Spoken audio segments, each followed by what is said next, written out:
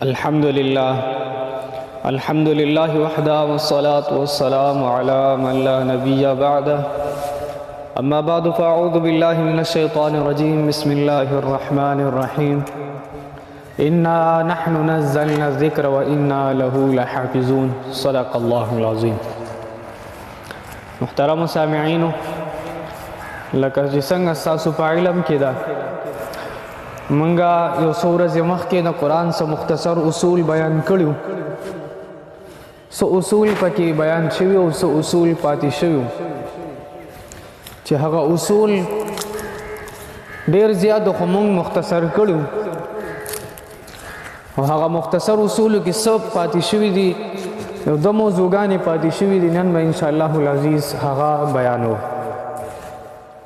अच्छे कम मख के बयान शवी अगर त मुख्तसर इजमालन वेमा यो अस्माउल कुरान यानी द कुरान सुनो मुनदी हवा हम बयान शू हवा हम द कुरान द आयातुनो द सूरतुनो न बयान शू।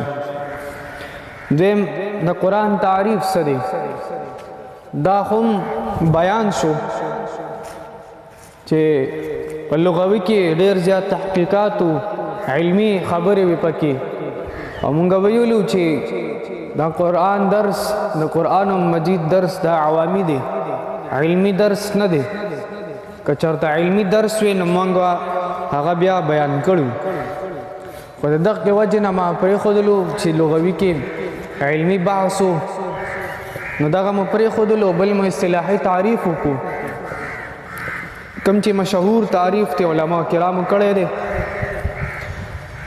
चे किताबुन अरबियुन अंज़लहुल्लाहु तआला इला मुहम्मदिन बिवह्यिन जलिय्यिन व हुवल मक्तूब फिल मसाहिफ़ अल मनक़ूल इलैना नक़लन मुतवातिरन बिला शुबहा।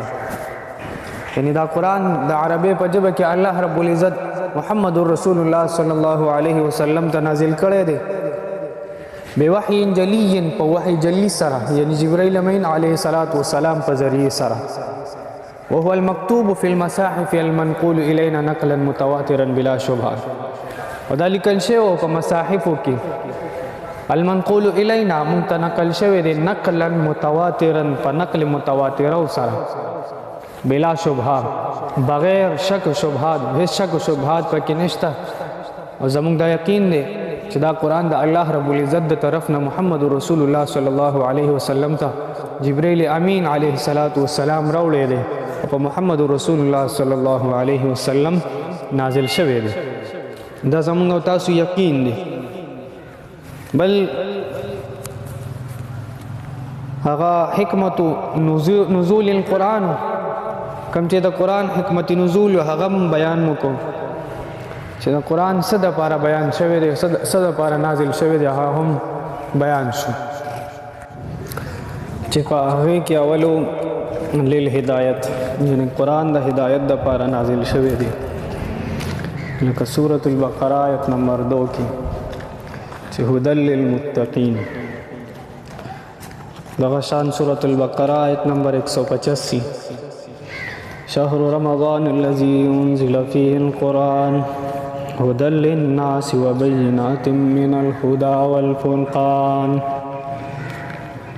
हुदल लिन्नास यानी हिदायत दा पारा नाज़िल शवे दे दगशान द शिफा दा पारा लितदब्बुर यानी प कुरान के द सोच और फ़िक्र दा पारा कुरान नाज़िल शवे चे पदे सोच और फ़िक्र ओके बल तबलीग दा पारा नाज़िल शवे दे लितबलीग लितहकीम यानी द फैसला कोल दा पारा नाज़िल शवे दे बल घटा वजह लिइखराजिन नास मिनज़्ज़ुलुमाति इलन नूर चे खलक द त्यारो न रणा तरोबासी द दे दा पारा नाज़िल शवे दे लका सूरतुल इब्राहीम आयत नंबर 1 अलिफ लाम रा किताबुन अंज़लनाहु इलैका लितुख़रिजन नासा मिनज़्ज़ुलुमाति इलन नूर दगशान लिल यकीन द आखिरत बांदी दे यकीन द पारा नाज़िल शवे दे हमदारंग नूर चे कमंगा मख के दर्स के ज़िक्र करूँ ने सबक दे मौजू या दावत द कुरान चे द कुरान स मौजू द या स दावत न द कुरान दावत توحید، یعنی الله رب العزت واحد لا شریک ذات منل او د واحد لا شریک ذات عبادت کول. یعنی قرآن مونږ ته توحید بیانوي او د دې دعوت توحید ده. بیا د دې توحید لاندې نور هم هغه قسمونه راځي، خو هغه لوی موضوع لوی دعوه د قرآن هغه توحید دی.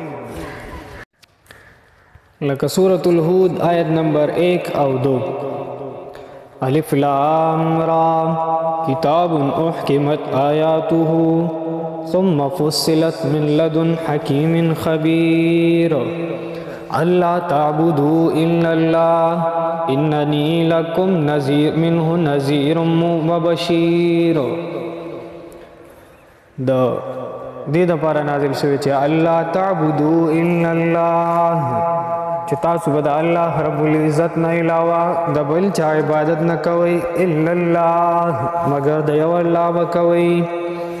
اننی لکم منه نذیر وبشیر، یقینا زه یم ستاسو دپاره یره ورکوونکی د عذاب د الله نه او د جهنم نه، وبشیر او زیری ورکوونکی مؤمنانو ته د رحمت د الله او د جنت.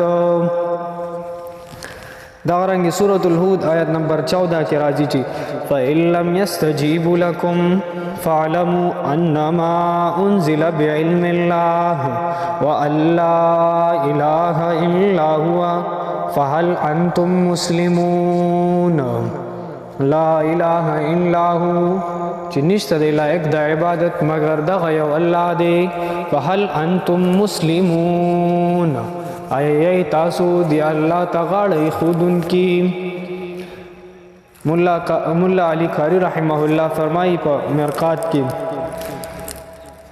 په جلد 2 صفحه نمبر 168 کې فرمایي چې ان القرآن ما انزل الا لتقریر التوحید، قرآن د توحید د بیان د لپاره نازل شوی دی.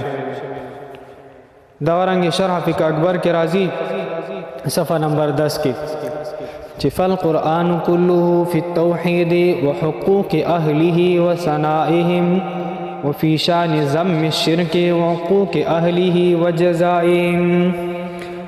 دغرنګې قرآن ټول توحید دی، ټول په ټوله توحید دی، او په دې کې د اهل توحید حقوق دی.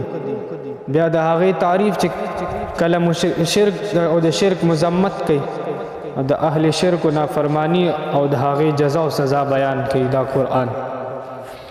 یعنی توحید بیانوي او د شرک مذمت کوي، شرک رد کوي. دغه د قرآن موضوع ده. بیا بنظم چې کوم اخرانه موضوع ده، یعنی تقسیم د قرآن، چې هغه رئیس المفسرین مولانا حسین علی الوانی رحمه الله هغه فرمایي چې قرآن د لویو مضامینو په اعتبار سره څلور حصې دي. چې قرآن څومره لوی مضامین دي د هغې په اعتبار سره قرآن څلور حصې دي. او همدغه خبره امام رازی رحمه الله په البرهان کې ذکر کړی ده. امام رازی رحمه الله او البرهان کې امام زرکشی رحمه الله دا خبره ذکر کړی ده. او دا چې کوم څلور حصې دي د قرآن، هر حصه په الحمدلله سره شروع کیږي، لکه سورة الفاتحین والا تر سورة المائده پورې. پدې کې دا خبره کوي چې الخالق لكل شيء هو الله، یعنی دا هر یو سیس پیدا کون کې او صرف یو الله رب العزت ذات دی. بل د سورة الفاتحین تر سورة المائده کې چې کم سورتونه دي تر دې پورې څلور سورتونه دي. بل دویم حصہ د سورة الانعام نواله تر سورة البنی اسرائیل پورې چې پدې کې 12 سورتونه دي. او پدې کې دا خبره کوي چې المربی لكل شيء هو الله، چې دا هر یو سیز پالون کې او د هر یو سیز ساتون کې ذات هغه هو الله، الله رب العزت دی. دا غرنګ درېمه حصہ د سورة الکهف نواله تر سورة الاحزاب پورې چې هغه کې وایي چې پدې کې 14 سورتونه دي او په دې کې دا خبره کیږي چې المبارک فی کل شیء هو الله، په هر یو سیس کې برکت اچون کې ذات صرف او صرف هغه الله رب العزت دی. وسلورمه حصہ سورۃ السبا نه تر سورۃ الناس یعنی د اخر د قران پورې چې په دې کې دوه خبرې ذکر کیږي چې یو مالک لكل شیء هو الله او د قیامت د قیامت ذکر کیږي او په دې کې 81 سورتونه دي. دا حصہ په 81 سورتونو باندې مشتمل را چونکه په دې اخیری حصہ کې دو خبرې کیږي، یو مالک لكل شیء هو الله یعنی مالکیت او بل قیامت ذکر کیږي. دو خبرې دي نو دوه خبرو د پاره دو ځل الحمدلله راغلی ده، یو د سورۃ الفاتر په ابتدا کې او بل د سورۃ السبا په ابتدا کې الحمدلله رب راغلی ده.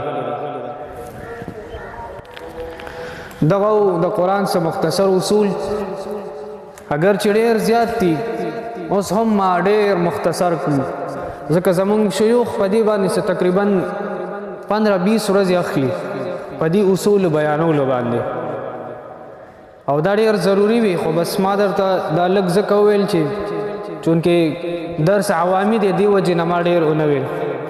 ان شاء الله العزیز بل درس نه به سورۃ الفاتحه باندې شروعات کوي ان شاء الله العزیز. وما علینا الا البلاغ المبین.